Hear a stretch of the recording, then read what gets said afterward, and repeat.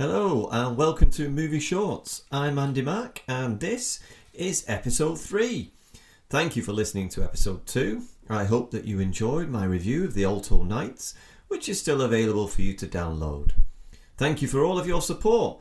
This podcast charted last week as one of the most popular podcasts in the UK film and TV charts. Movie Shorts is designed to review films in under 10 minutes without giving too much away.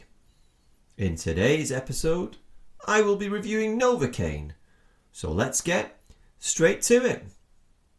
Novocaine is a 15 certificate film.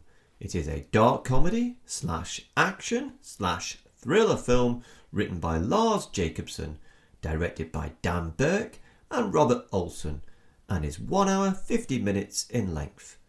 The film stars Jack Quaid, yes, the son of Meg Ryan and Randy Quaid, as Nate, and Amber Mid-Thunder as Sherry. Nate, or as we'll now call him, Novocaine, is a guy in his early 30s, I guess, that suffers from a rare genetic disorder called congenital insensitivity to pain with anhidrosis, which in essence means he can't feel pain. Well, that sounds great, you may say, but actually the film tells you that is not the case. And the movie reminds you of this subtly, and sometimes not so, right from the get-go. For example, the film starts with R.E.M's Everybody Hurts in its opening title sequence. And then informs us that Novocaine does not eat solids, as he might bite his own tongue off. The film tells us constantly that Novocaine does not aspire to be a superhero. He doesn't look like one, he doesn't dress like one, he doesn't fight like one, and he doesn't have the cool lines that you would expect from a superhero. But that does in fact mean that we root for him all the more, and I'm positive that this is exactly what the filmmakers wanted. So let's set up some of the plot without giving too much away. Novocaine is an assistant manager at a small town bank. He's an unassuming character, kind, pretty much depressed as he keeps his disorder a secret, and is practically a recluse. He does, however, have a crush on the newest member of staff, Sherry, who asks him out for a coffee and then to a bar. Novocaine says no to the coffee, but then says yes, and then says no to the date at the bar, but then says yes again. Both characters realise that they actually have lots in common, and Novocaine quickly falls in love with Sherry. The next day, Novocaine is a new man. The traffic doesn't bother him anymore, and he's even had some cherry pie thanks to Sherry. But then boom!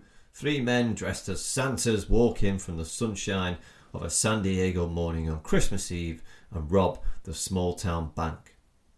The police arrive and the robbers take Sherry, Novocaine's new girlfriend, as hostage and drive speedily through the streets of San Diego. And now Novocaine makes the decision to chase them in hot pursuit. And we will stop there. It's not the most complicated of stories, and nor should it be. But it's the way that you tell them, right, that makes a good movie. So, does Novocaine deliver? You know what? It does. This is mainly due to our reluctant hero who bumbles his way through violent scrape after scrape trying to track down his new girlfriend. Jack Quaid plays the part very well. You never feel like Novocaine is ever in control, but he's doing just enough, which is the perfect balance. Jack Quaid plays the part very well. You never feel like Novocaine is ever in control, but he's doing just enough, which is the perfect balance. The violence, by the way, at times is actually quite shocking. I was taken aback by it. The film is set up as a goofy comedy, and then when the action scenes happen, we're almost in Deadpool territory. Not in character style, but in gore and violence. I do get the feeling that the writers had a meeting one morning and brainstormed ideas of how to put Novocaine and the viewer through the ringer to see how much, well, I can't say pain, how many actual holes they could put in a man without him dying.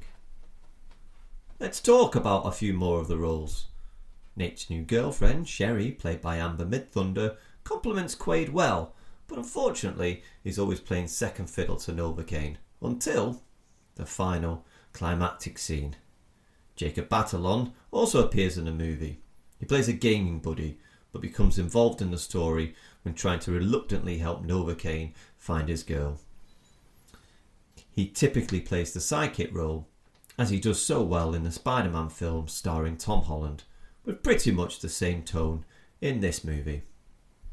I do actually feel that this film does want to put a message across, as there is a recurring theme in this film, but I don't want to give too much away by revealing that theory. I am right though. In conclusion, Novocaine deserved to be released in the cinema.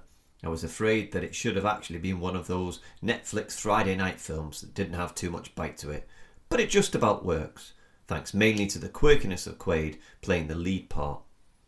There were actual parts in this movie where I did laugh out loud in the cinema, and also other twists that kept me interested in wanting to get to the climax, and how they would tie all the loose ends up. Novocaine. Quirky, twisted, violent, and comedic. Thank you for listening to Movie Shorts. Remember to subscribe on Spotify and to follow me on Instagram at Movie Shorts Andy Mac and Facebook as Movie Shorts. Until next time, goodbye.